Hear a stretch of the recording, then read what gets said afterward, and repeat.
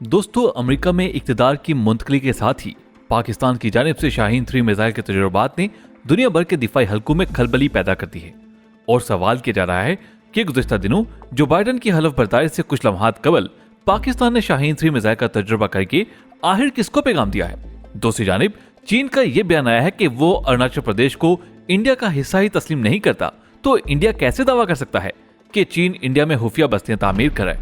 चीन का कहना है कि 90,000 स्क्वायर किलोमीटर का एरिया जिसे इंडिया अरुणाचल प्रदेश कहता है वो साउथ तिब्बत का हिस्सा है जिसे हम लेकर रहेंगे। इस बयान के साथ ही चीन ने 28 अमेरिकी ओहदेदारों पर पाबंदी लगाने का ऐलान कर दिया है, जबकि चीन ने कराकरम के इलाके में फौज की सप्लाई के लिए नई फौजी गाड़ियां तैनात करना शुरू कर दी हैं। दोस्तों, आखिर हित्ते में कौन से हालात पैदा होते जा रहे हैं, आपको मुकम्मल तफसील से आगाह करेंगे। लेकिन उससे पहले अगर आपने अभी तक हमारे चैनल हकीकत पॉइंट को सब्सक्राइब नहीं किया तो सब्सक्राइब कर लीजिए और साथ लगी घंटी को भी दबा दीजिए। न्यूज कमेंट्स में पाकिस्तान आर्मी जिंदाबाद, ISI के गुमनाम हीरोज को सलाम का नारा भी जरूर कमेंट कीजिएगा। हवतिनौजात अमेरिका में इक्तदार की मुंतकली और फिर नए अमेरिकी डिफेंस सेक्रेटरी की जानिब से इंडिया के साथ नई पार्टनरशिप के बयान के पस मंजर में पाकिस्तान की जानिब से शाहीन 3 मिसाइल के तजुर्बात हित्ते में मंजरनामा बदलने जा रहे हैं। वाज़ेह रही कि गुज़िश्ता दिन शाहीन 3 बैलिस्टिक मिसाइल का कामयाब तजुर्बा किया गया था, जिसकी रेंज 2750 किलोमीटर बताई जा रही है। इस तजुर्बे का मकसद डिजाइन और टेक्निकल पैरामीटर्स को जांचना बताया गया है, लेकिन असल में शाहीन 3 मिसाइल जिस मकसद के लिए बनाया गया है वो बहुत से लोगों तक अभी तक पोशीदा है। वाज़ेह रही कि शाहीन 3 बैलिस्टिक मिसाइल 9 मार्च 2015 में पहली बार लॉन्च किया गया था, जिसकी तैयारी सन 2020 में इंतहाई राजदारी के साथ शुरू की गई थी, जिसे इंडिया के अग्नि 3 मिसाइल के जवाब में तैयार किया जा रहा था। पाकिस्तान ने पहले गौरी 3 मिसाइल बनाने का फैसला किया था, जिसमें लिक्विड फ्यूल का इस्तेमाल होता था, लेकिन फिर उसे कैंसिल करके शाहीन 3 मिसाइल बनाने का आगाज किया गया, जिसमें सॉलिड फ्यूल का इस्तेमाल होता है। जबकि सॉलिड फ्यूल की बात की जाए तो यह ज्यादातर रॉकेट इंजन में इस्तेमाल होता है, जिसे लंबे अरसे तक महफूज रखा जा सकता है। इसीलिए शाहीन 3 मिसाइल को ज्यादा रिलायबल समझा जा रहा है। वाज़ेह है कि पाकिस्तान शाहीन 3 मिसाइल बनाने के लिए यही तासुर देता रहा कि वो हला में सैटेलाइट सिस्टम लॉन्च करने के लिए रॉकेट बूस्टर बना रहा है। और डॉक्टर समर मुबारक मंद ने यह ऐलान कर डाला कि पाकिस्तान 2011 में लॉन्ग रेंज रॉकेट्स की मदद से सैटेलाइट लॉन्च करने जा रहा है। लेकिन फिर 2015 में अमेरिका, इंडिया और खासतौर पर इसराइल को दचका उस वक्त लगा जब पाकिस्तान ने 2015 में शाहीन 3 नामी लॉन्ग रेंज बैलिस्टिक मिसाइल का तजुर्बा किया, जो इंडिया, इसराइल और आधे यूरोप को न्यूक्लियर हथियारों से निशाना बना सकता है। यानी अमेरिकी ये समझते रहे कि पाकिस्तान सैटेलाइट को लॉन्च करने वाले रॉकेट्स तैयार कराए, जो कि असल में शाहीन 3 मिसाइल निकले। वाज़ेह रहे कि पहले पाकिस्तान में 2500 किलोमीटर तक हदफ को निशाना बनाने वाले शाहीन मिसाइल तैयार किए थे, जो भारत के कोने कोने को निशाना बना सकता था।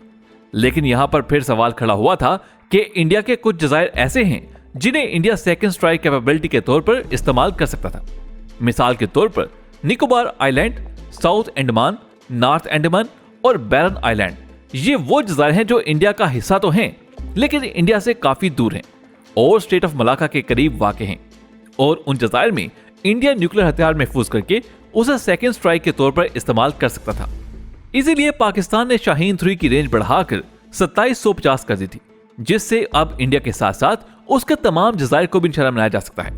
और इस तरह इंडिया सेकंड स्ट्राइक के तौर पर इन जज़ायर को इस्तेमाल नहीं कर सकेगा। जबकि इसके साथ साथ अगर इसे बलूचिस्तान में तैनात किया जाता है तो वहां से इसराइल को बासानी निशाना बनाया जा सकता है। और सबसे बड़ी बात यह है कि पाकिस्तान अब ऑफिशियली इन मिसाइलों को तैनात करने जा रहा है। इससे पहले ये मिसाइल स्ट्रेटेजिक मकासद के लिए रखे जाते थे, लेकिन अब इसे ऑपरेशनल किया जा रहा है। यानी अब पाकिस्तान आलमी ताकतों के खिलाफ अपने दिफा को मजबूत करने जा रहा है। जबकि मिडिल ईस्ट में अमेरिका की जानिब से B-52 बमबार तैयारों की परवाज के बाद ईरान की जानिब से मिसाइलों की मशक़ करना और फिर पाकिस्तान की जानिब से शाहीन 3 मिसाइल लॉन्च करना, यह हित्ते में पैदा होने वाले हालात में अपने अंदर एक बड़ा पैगाम रखता है। वाज़ेह है कि जो बाइडन की जानिब से जनरल लॉयड ऑस्टिन को डिफेंस सेक्रेटरी मुकर्रर किए जाने के बाद उसकी जानिब से पहला बयान आया था कि वो इंडिया के साथ लॉन्ग टर्म पार्टनरशिप को मजीद वुसअत देगा।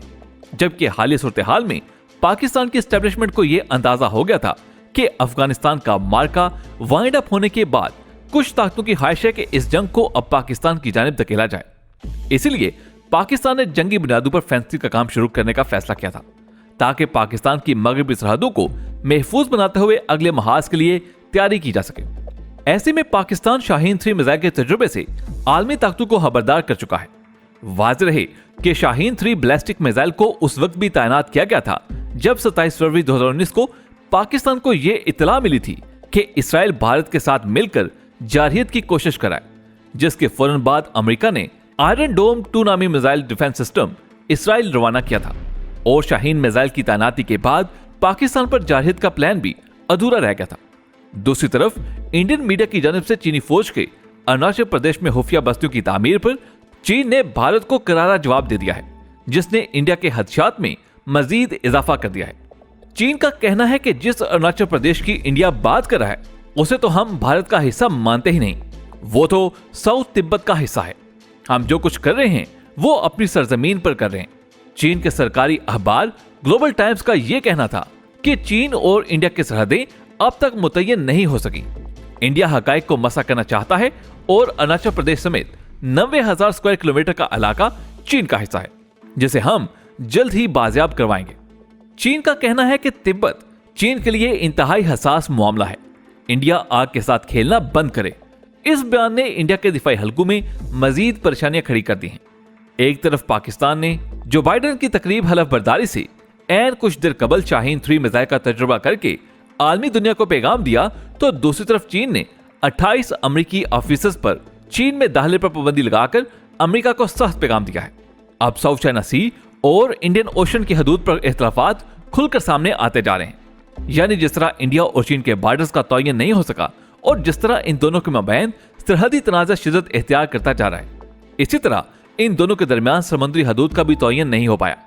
इंडिया का ख्याल है कि चाइना साउथ चाइना सी के दायराकार फैलाते हुए इंडियन ओशन में भी कदम जमाना चाहता है। इसीलिए इंडिया के दिफाई हल्के इस पर काफी परेशान हैं और जजीरा अंडमान में बहरी मशक़ें करके इंडिया स्टेट ऑफ मलाका में मुस्तकिल पड़ाव डालना चाहता है।